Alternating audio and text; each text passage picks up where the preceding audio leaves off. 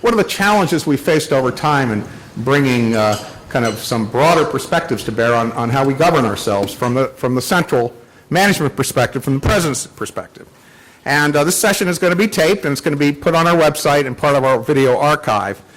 We are really fortunate here to have, we had billed this Federal Management Forum 5 presidencies, and we are certainly fortunate to have with us the top management officials for every presidency from Reagan to Obama, with Beth here now. I should have said 6 because Dwight Inc. came to join us all the way from Leesburg, took a cab or a boat, I think, this morning, Dwight.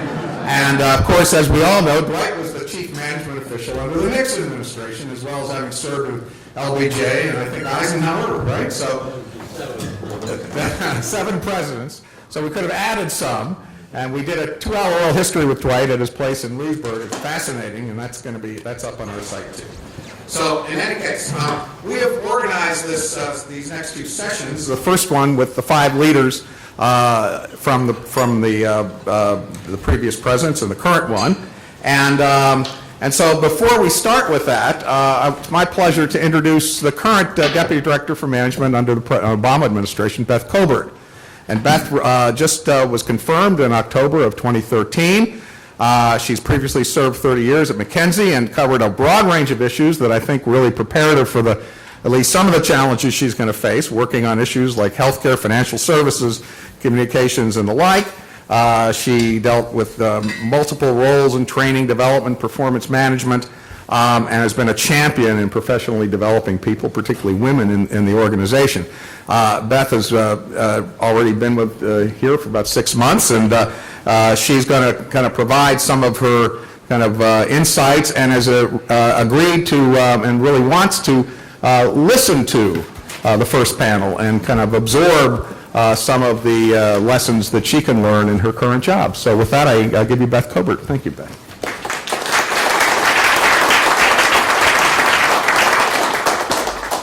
Well, thank you, Napa. Thank you, George Mason and Oliver Wyman, for organizing this forum. I'm truly honored to be here today with the distinguished panel of my fellow Deputy Directors for Management. I know the focus of this morning's panel is on the management and budget initiatives of prior administrations. And as a relatively new member of the Obama administration, I was actually confirmed the night that shutdown ended.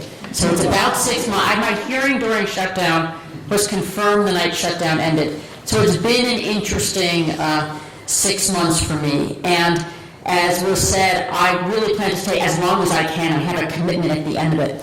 So I'll have to sneak out early to benefit from, and how often do you get the chance to listen to so many of your predecessors and get some words of wisdom. So I'm looking forward to that.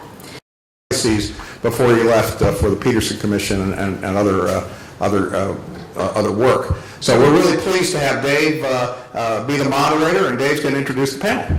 All right, thank you. Thank you. If I can have my fellow panelists come up front, I would appreciate it very much. And have a seat, and we'll get started. But while they're coming up, let me just kind of set the stage. This panel, I want to be able to not only hear from the past, but also to be able to talk about where we are now, where we need to go from here. To set this up, let me mention a few things. This is the 225th anniversary, meaning 2014. In September is the 225th anniversary of the ratification of the Constitution of the United States. And yet, we still don't have a strategic plan.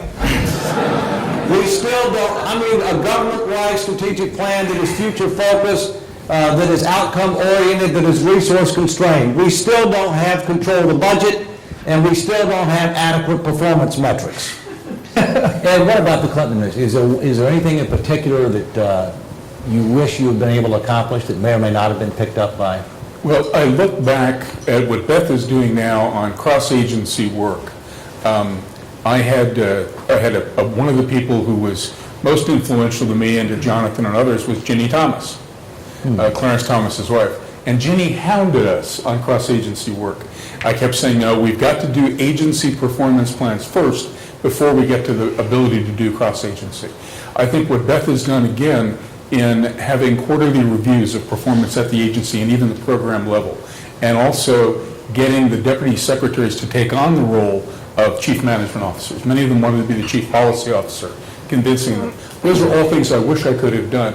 And I end, and I know Alan Reinsmith's right here, I end with the idea that we took too long to socialize the people on the B side with what needed to be done on the M side. It took us too long to do that. We didn't do it as well as we should. OMB 2000, the forward-looking piece that Frank Reeder and others put in, didn't take as fast or as well as it should. That was kind of a disappointment on my side. And OMB needs to be essentially working together very, very closely. You're the watchdog. We've got to remember that you're the watchdog, and we can't tell you things that aren't true or tell you how to do your job, but we have to respect the analytics that you have. You have a lot of people watching what's going on. And if we spent more time, I'm sorry, I don't know who's here from Commerce, on worrying about weather satellites or IRS modernization and the recommendations that GAO put in place. One of the recommendations they put in place recently that has been implemented was matching credit card data with IRS tax data for small businesses. More than $800 million has been saved, according to the folks who do that in the first year, on that one recommendation alone. So we need to pay attention and work closely. Clay, what are your thoughts?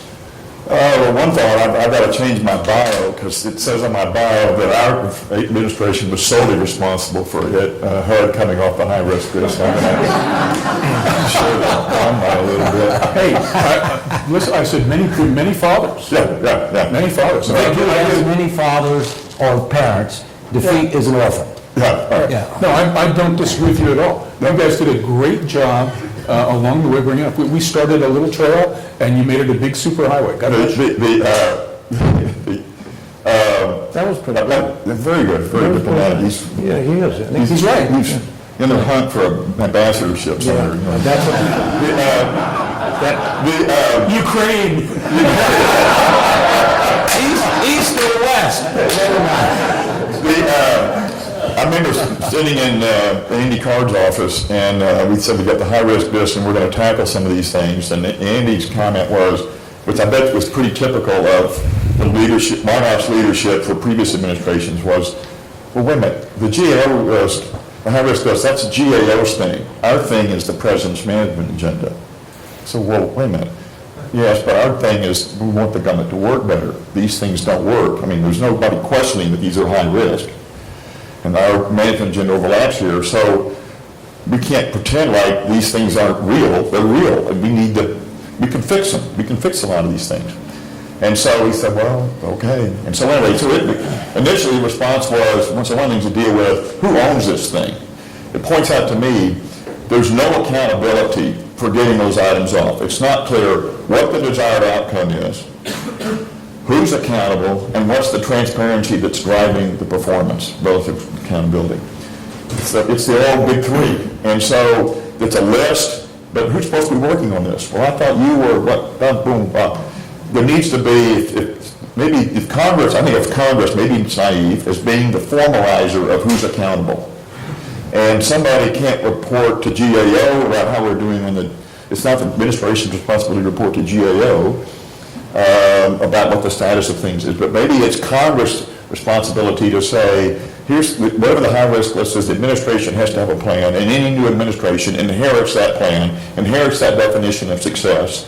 And if they want to change the definition of success and change the plan, they can, but they have to submit it to Congress and be blessed and so forth. It has to be mutually agreeable, and if the administration doesn't, if GA doesn't agree with the redefinition, then they can, whatever. But there is just nobody responsible for it. It's a perfect example of, well, who's responsible for working on these things that I'm supposed to report on? I didn't realize it was my job to make the agency work better. What?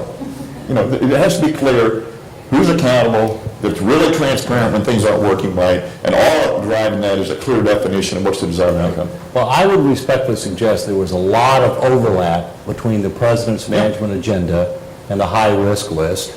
There was tremendous visibility. One thing I recall in particular is when I was Comptroller General, I don't think GAO is still doing this, and quite frankly, I'm very disappointed that they're not still doing it, is, to the extent they aren't, I don't think they are, is we actually added an asterisk on the high-risk list to the items that were on the high-risk list where Congress was part of the problem and Congress needed to be part of the solution, meaning that legislation was necessary to solve the problem. The first one we did that was the Postal Service's finances and operational efficiency, and I actually got a call from the Postmaster General thanking me for putting them on the high-risk list because acknowledging it wasn't just an executive branch issue. But we'll come back to legislation in a minute. Joe, what are your thoughts here? It's really, to a certain extent, the high-risk list came after you. It did, but the high-risk list doesn't mean anything unless you can monitor it, and unless you can stay on it and make sure you're delivering on it. And that's why I think that what you guys did was a great job on that, because embarrassment does work. Yeah. You know, I mean, it does work. Now, the thing here, and a lot of people in the private sector don't understand this, but they actually think that our political appointees run the government. Right? Well, first of all, they're not there long enough, for the most part. And secondly, the careerists are very good at what they do. All right? So, OMB right now has a critical role, absolutely a critical role to get these performance reviews, to get the high-risk list and all the rest of it done. It really does. Now, you'll see some exceptions in the agencies, and that's great when they are there, but that's not typical. And so therefore, I would say the role of OMB working with GAO is really important. We are not enemies. We shouldn't be at all. You've got your job, we've got our job, all right? But I can remember going to hearings, guys, actually, when it was a series on government affairs as to whether or not OMB should be disbanded because we were too powerful. And I thought it was a great idea because I had to go make money. And and I said, that's fine, you can do that, but then who is going to basically oversee the performance of the government? All right, now, that's critical. But also something which I don't think is being used as well as it could be is what's called the PCIE, that's the Inspector General. Now, we worked with them closely. Let me tell you something, President Reagan met with them every year. I met with them every 2 weeks. You've got a huge source of auditing power out there to be used and not misused. Okay? That takes a lot of time to do that. The GAO and the management reviews that Chuck Barger and I got started, and again, these were really early stage stuff, all right? But it's set up, like you said, it started a little path going, you know, where we can start going with it. But OMB's role, let me tell you something. OMB is much kinder and gentler than we were, you know, to use a phrase. There are times when on something as stupid as closing a data center, you know, where I called up the secretary and said, I'm not apportioning the funds for the office of the secretary this month. I did that a couple of times. You guys remember that. And at that stage, we weren't having discussions because you just couldn't get anything done. And you know, that again, a lot of what we had to do was we really had to do all of that work to get started, to have the systems in place, you know, to be able to measure what you're really doing, and then you guys coming in and putting in the program tracking. But you wouldn't have been able to do that before. All right? And all I can say is OMB plays such a critical role in making sure that this government does operate as well as we can. And we get very little support from the Congress. Very little support. That's a great transition, Joe. Okay. What do you see? Now, let's talk about where we are today and looking forward. A lot has been accomplished, you know, building on each other's work over the years, if you will. Where we are today, looking forward, what do you see as the one or two largest challenges that have to be addressed in the management area? And to what extent does Congress have to do things in order to be able to effectively address those challenges?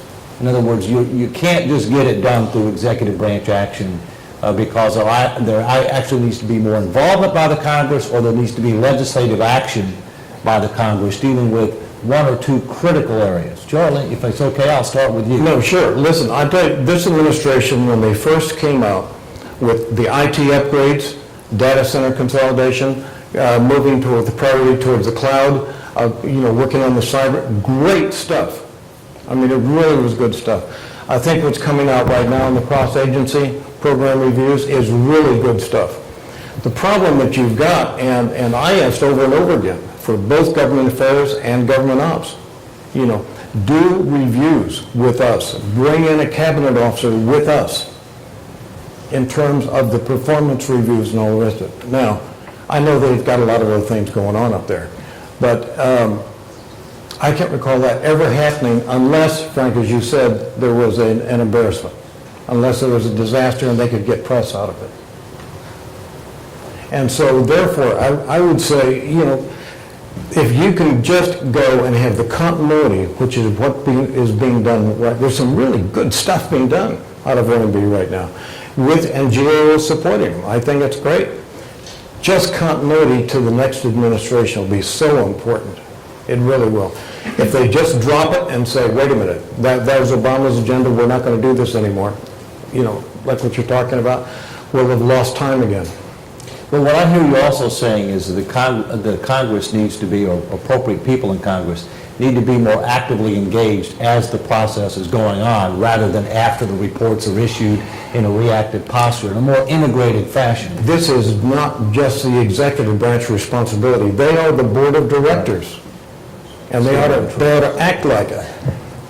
Clay, what are your thoughts? Well, I don't know the best way to craft legislation, because the naivete I talked about, but I think through Congress, the goals can be formalized, institutionalized, and then in some process by which if they need to be modified, when they will almost always have to be modified for whatever reason.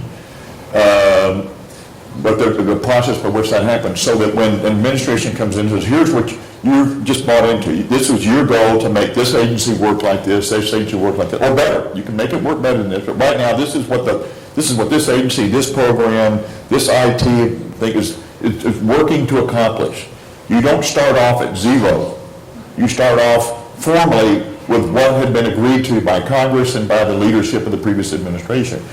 Then if you have a better idea, even better idea, then you build on that. So I don't know how to accomplish that, but the goal not varying from agency, from administration to administration, and then accountability being clear, and the transparency being really clear. And we talk about active transparency versus passive transparency. What are all the ways that we can make the performance of the federal government actively transparent? I think people are shocked to find out anything works in the federal government. I remember being asked by a senior member of my administration, why are we making apparent, kind of like Andy Card's original comment was when the idea of the scorecard was, why are we trying to make apparent what doesn't work?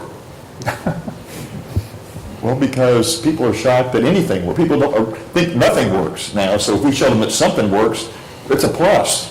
And you get lots of credit for the commitment to make it work, so much so that I'm going to drive these numbers up, this performance up. That has to be institutionalized. That can't be really strong and really transparent in one administration and then there, but less clear. That's part of the infrastructure and the continuity that should exist. But in terms of one of the questions you asked in terms of legislation, well, shouldn't there be a separate group over here? No, it's got to somehow be an OMB. OMB is, maybe it's too powerful, but I like it that way. Okay.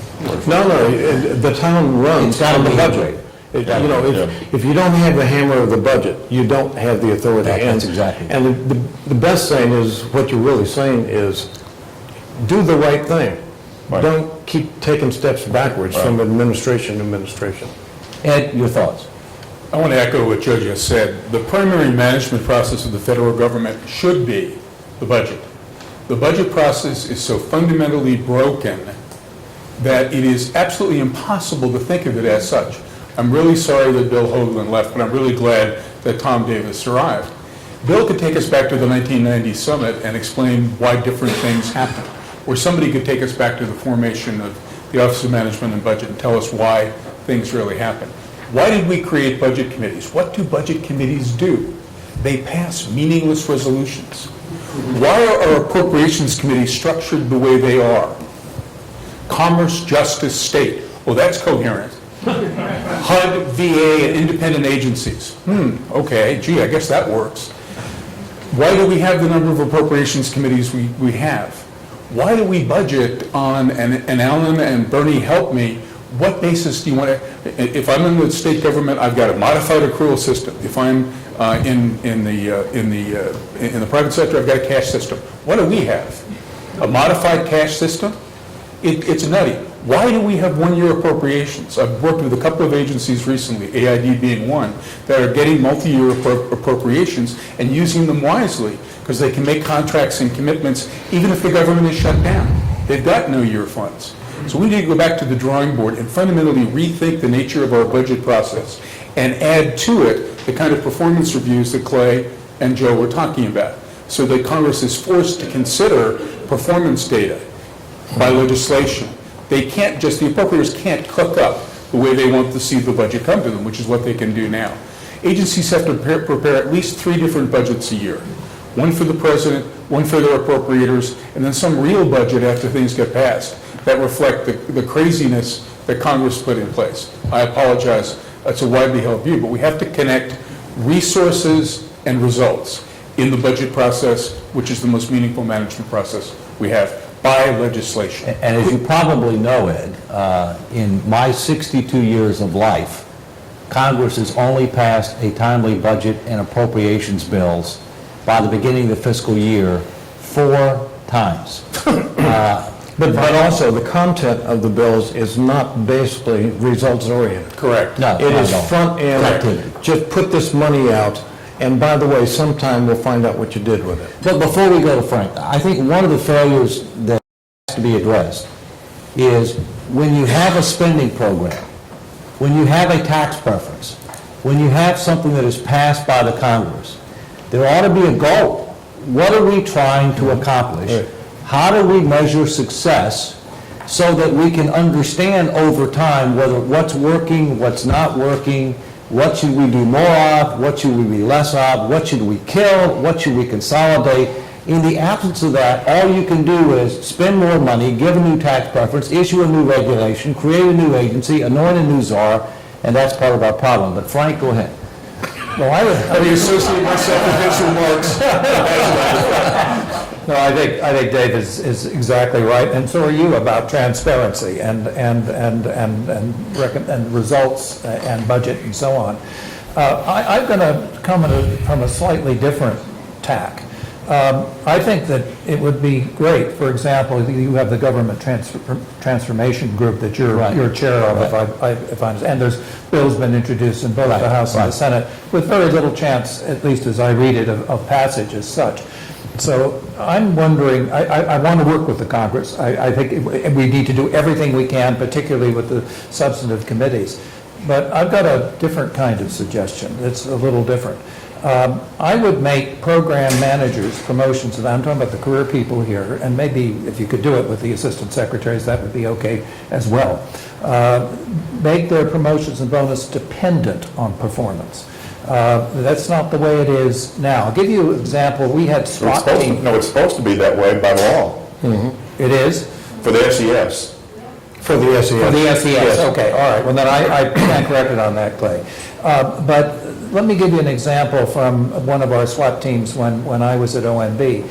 We went into USAID because the Inspector General there had been raising all kinds of hell about the way that USAID was operating.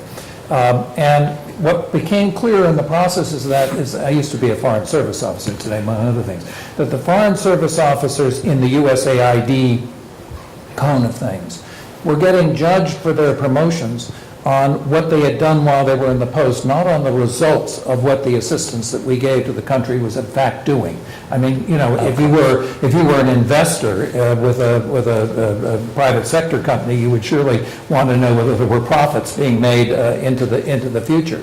And so I would come back to, and this could be done maybe administrative, may require legislation, I don't know, but making their promotions and bonuses dependent on performance, I think would be a good thing. But what is performance? I want to ask that question and then take a stab at it. If you look at most of I've done a lot of consulting work since I left government, mostly in performance measurement. And what I've discovered is that when you look at the individual authorizing statutes of different programs and so on and so forth, they're quite murky as to what the real objectives, or at least you could interpret them in different ways as to what the real objectives of those programs are. And that makes it particularly difficult to establish outcome performance measures. There's also the issue of the federal program may be a tiny piece of the whole, and the externalities dominate what that performance would be. So we need to have a better, and I don't know quite how to do this, we need a better sense of performance. But if whatever the performance measures are not done by the program managers themselves, and there aren't consequences to those people's careers if they don't, show progress or have a reason as to why they can't show progress, I think we're in difficulty. Now, let me come back one more thing on performance. In some of my consulting work that I've done in the past, it was clear to me, not clear to me, it became increasingly clear to me that OMB folks, people in the agencies, folks, et cetera, people on the Hill, these are the performance measures we should have, and they should be thus and so. But in many cases, there needs to be buy-in by the constituents as to what those performance measures are, because politically, that's not going to sway the system if there isn't at least some buy-in. So I would argue that we need to have the performance measures decided, and an example of a good example recently, I think it may have been in Bush 43, I can't remember now, but in any event, was the Community Development Block Grant Program, where I think Napa was involved in this, where they brought in folks from the states and the communities and so on, and they came to agreement, and I think those performance measures worked. Let me just finish with one last comment. So that's one thing that I think could happen. With one last comment, an experience that I had when I wasn't at OMB. I was in the Carter administration. I was the director of the Office of Law of the Sea negotiations, and I worked for a guy by the name of Elliot Richardson, who had transferred over to the State Department for that purpose. And you may recall that President Carter had as one of his primary management objectives zero-based budgeting. And so this came out from the White House at the time, and I was, a bright-eyed, bushy-tailed sort of middle-grade Foreign Service officer, whatever the heck I was. And so I went to Elliot and I said, it seems to me we could reduce my office by 2 people. I had 10, so we reduced it by 2. That's 20%. And I have an idea as to who those 2 might be, but we can talk about that. And he thought that was a good idea, and so I wrote a memo that went up to the Undersecretary for Management of the State Department, and suggesting this and mentioning the president's commitment to zero-based budgeting. And guess what happened? About, a week later, I got a personal call from the Undersecretary of Management. Remember, I was about at the colonel level of the Foreign Service of those days, to come up and see him. So I came up to see him, and he asked me what the hell I was doing. And I said, well, there's the president's zero-based budgeting, and we don't really need 10. We could do with 8. It's a very small issue. And he looked at me, and this is a political appointee in the Carter administration. He looked at me and said, Hodsell, we're not doing zero-based budgeting at the State Department. Don't ever do this again. Yes, sir. So I'm raising that to show that the president's, even powerful president, I know what you can argue about whether Clinton was, assuming Carter was a powerful president or not, but even all presidents have limited authority as to how far they can actually direct. So I'm going to come back with my final statement, which is you've got to, in managing in the government, you have to be constantly aware of the political powers that be and how you can, move those in a direction that helps you get the job done. Okay, I'm going to say, let's go ahead, 1 minute each on final thoughts on if there's one thing you want to leave with this audience, a kernel of wisdom. But what I heard you say, Frank, is you've got to have outcomes and you've got to link those outcomes with performance metrics, institutionally, unit, and individual, and I would agree with that. Ed? The other hat that I was given this morning was heading the American Recovery and Reinvestment Act. The most helpful thing to me in ARRA, other than the President's support and the Vice President's support, was in the legislation there were 5 specific goals.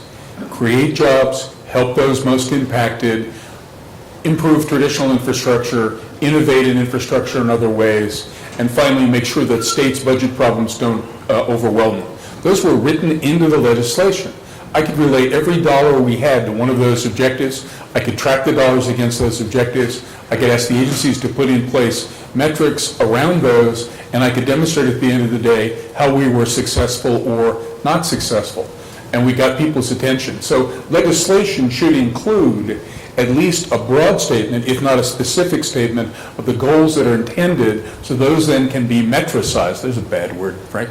Those can be metricized Hey, Bonnie. and made operational along the way. Thank you. Clay?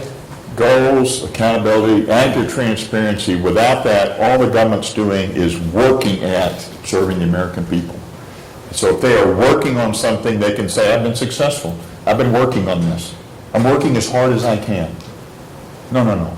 That's not good enough. Outcomes. Goals, outcomes. And performance measures are not the same thing as goals. Performance measures are the metrics you use to define performance, but you got to set a goal, performance goal. And the key is that the transparency has to be no kidding, active, real, honest to goodness. Let's tell the American people what's working and not, and what progress we're making and not, to make this thing worthy of the money that we are taking from them to serve them.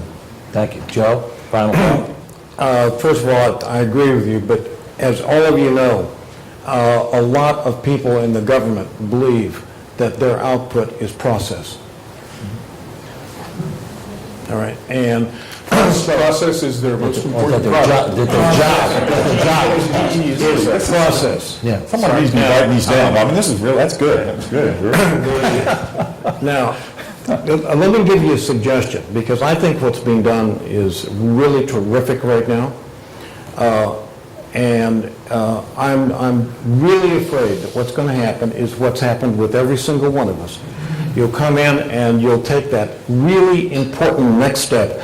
In part, guys, technology has helped a lot, all right? You'll take that really important next step.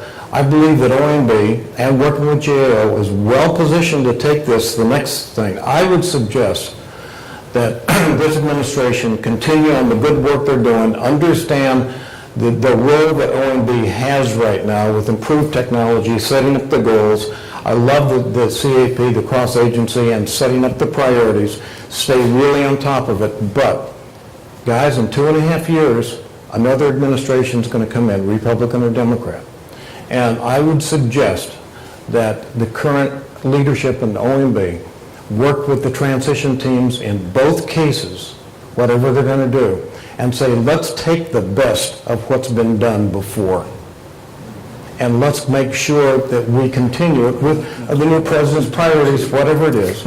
Involve GAO and figure out a plan where you could get the congressional interest going forward to not just part of the budget bills and the appropriation bills, but management reviews and all the rest of it. You've only got 2.5 years to do it. That's nothing. That's an eyelash. Please join me in thanking these distinguished panelists.